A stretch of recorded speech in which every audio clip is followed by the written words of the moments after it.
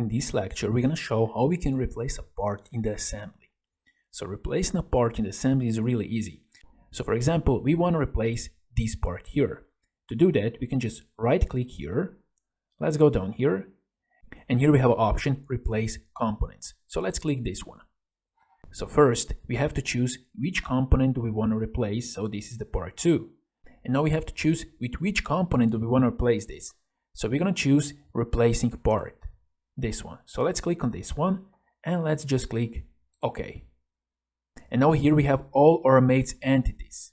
And now we see they are checked with green mark, which means they're OK, they're valid. If they're not valid, then you will have to fix them. But since they're all valid, so we have here all mates, you can just simply click OK.